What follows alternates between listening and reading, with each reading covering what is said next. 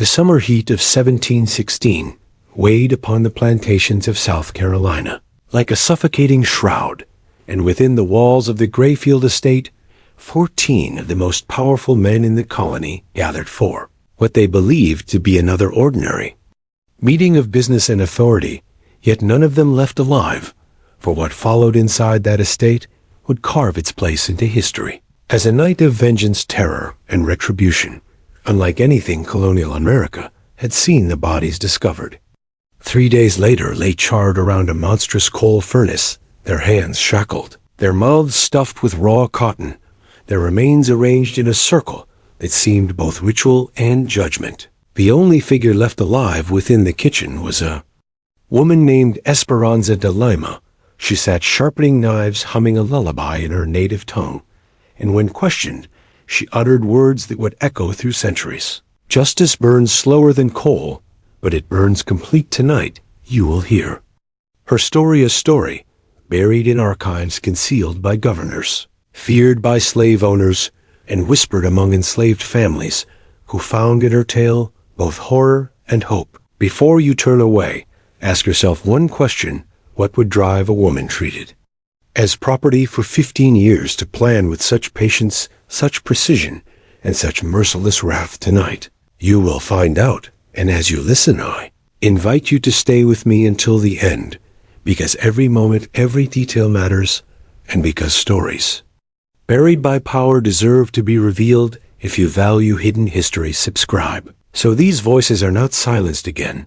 And while listening, tell me in the comments from where in the world you hear this story, and whether your own land hides shadows waiting to be exposed.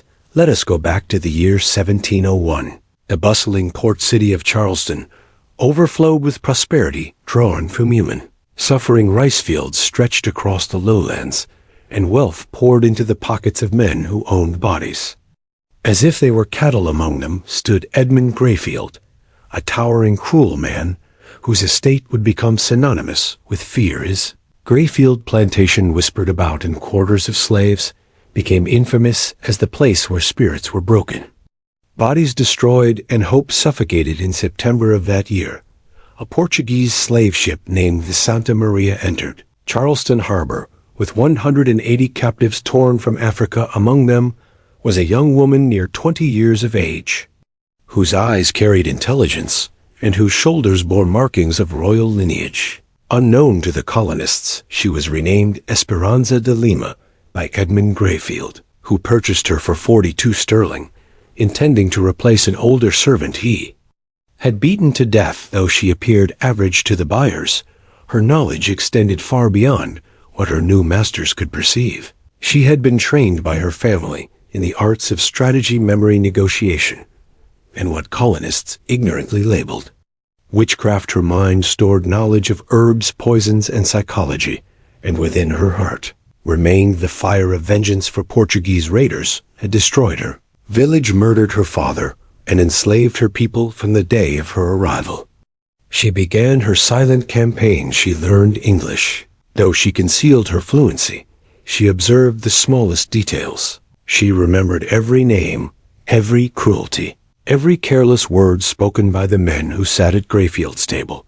The Greyfield Estate was not merely a home, it was headquarters of the Rice Council, a group of 14 plantation masters who governed agriculture, trade, and politics of the colony. They gathered each month to boast, share methods of control, and tighten their grip on human lives. They were names feared across the land: Edmund Greyfield, William Petton, James Rutherford, Marcus Sutton, Henry Caldwell, Thomas Harrington, Benjamin Fairfax, Samuel Kingsley, Robert Fielding, Charles Warwick, Jonathan Critton, David Norris Alexander, Hartwell, and George Baxter. Each carried a reputation built upon cruelty.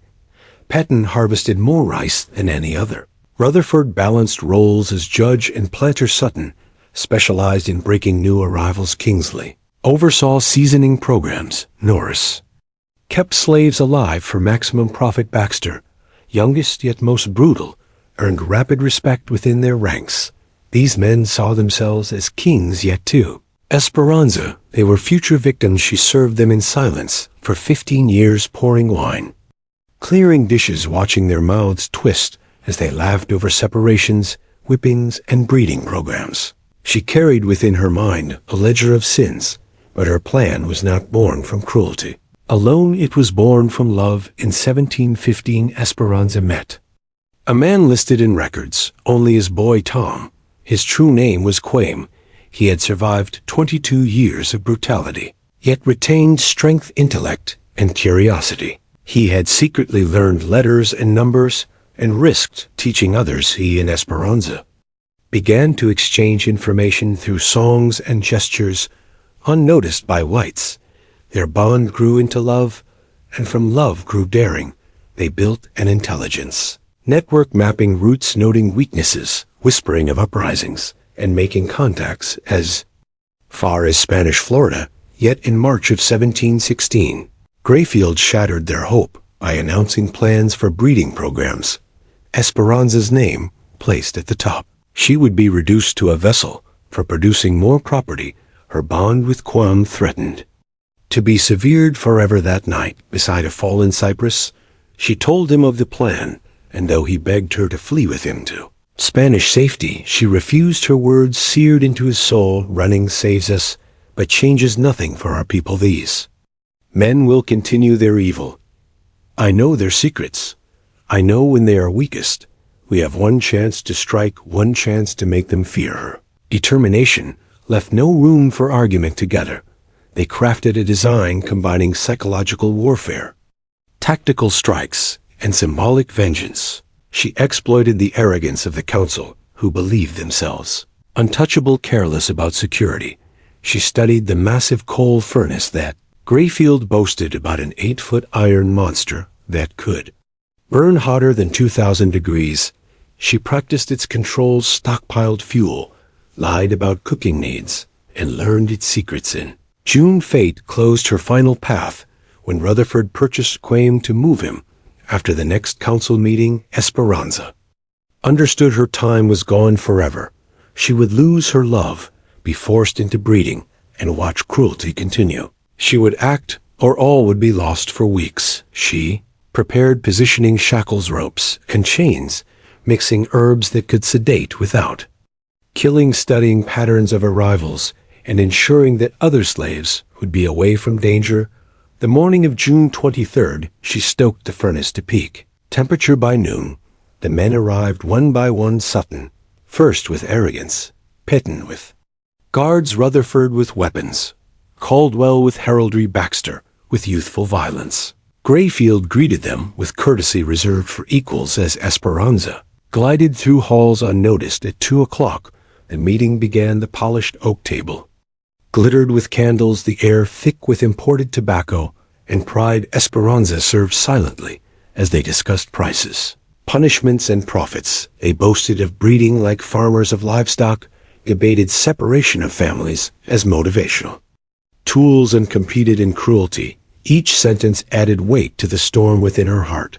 Hours passed, the rum flowed, stories of torture filled the air, and finally, Baxter suggested selling slaves to Spanish colonies for greater profit. The laughter that followed tore the last restraint from her spirit. She excused herself to fetch brandy from the kitchen, where the furnace glowed like the gates of an underworld. Within minutes, the herbs she had mixed seeped into their veins. Baxter first to falter, then Rutherford, then Sutton, until one by one they collapsed. Greyfield, last to recognize betrayal, his words cut short by unconsciousness. Esperanza worked through the night, dragging bodies, shackling hands, stuffing mouths with cotton, arranging them in a circle around the blazing furnace. She spoke to each as she bound them, whispering in Portuguese, Spanish, and broken English, recalling their crimes, mocking their arrogance, promising them the taste of their own terror. By dawn they awoke to suffocating heat, iron biting into flesh, and Esperanza's calm gaze. She stood sharpening knives, her voice fluent, her words merciless. For 15 years, I have listened, I have served, I have remembered. Today you will understand powerlessness. She named each man, reciting his sins with accuracy that left them trembling. She read aloud from Greyfield's ledger, where human lives were recorded as numbers. Profits, losses, breeding results, she forced them to confront their legacy of suffering. As sweat poured down their faces, the furnace heat unbearable, and still she did not allow them to escape. She revived them when weakness threatened to steal their awareness. She pressed heated irons against skin, branding them as they had branded. Others, their screams tore across fields, reaching the ears of slaves, who would never forget that masters could scream too. She moved methodically, applying torture with the same calculated detail with which they had shared their own methods. Her words sliced deeper than iron. She reminded Sutton of Thomas, whom he cooked. In a cage, she reminded Petton of women sold after childbirth. She reminded Rutherford of families torn apart. She reminded Greyfield that wealth and education had given him choices, yet he had chosen evil. Hour after hour, the torture continued, until bodies weakened from heat stroke. She prevented death with water forced between lips, demanding that they stay alive to feel despair as shadows lengthened. She dragged them closer to the furnace, arranging them to roast in final agony. Their cries faded into whispers, their flesh scorched by heat that mocked the fires of their own cruelty. By nightfall only, Greyfield remained clinging to life. He begged, offering wealth and freedom. Esperanza met his gaze and spoke the last words he would ever hear. I want you to die, knowing you are wrong. You are not chosen. You are not master. You are a man who chose evil, and now you pay with life. Dawn revealed their corpses, blackened, unrecognizable around the furnace, while Esperanza sat calmly sharpening knives, humming lullabies. Overseers and slaves alike stared in terror, for one woman had destroyed 14 men. The colonial government panicked. Governor Johnson sealed the records, inventing a story of fire to cover the truth, for if slaves learned what she had accomplished, rebellion would ignite. They sentenced her to Spanish mines, a slow death, yet whispers spread that she never reached them. Some said she escaped during voyage, aided by allies. Some said she taught others until her last breath. All repeated her words. Justice burns slower than coal, but burns complete. The Greyfield Massacre shook the colony. Overseers traveled with guards. Masters shifted their treatments, some out of fear, some with greater cruelty. Rebellions simmered kitchens, caught fire. Livestock poisoned. Overseers fell to accidents, and information networks spread decades later. Uprisings echoed her lesson that masters were not invincible. The Stono Rebellion of 1739 bore her shadow, though records concealed her name.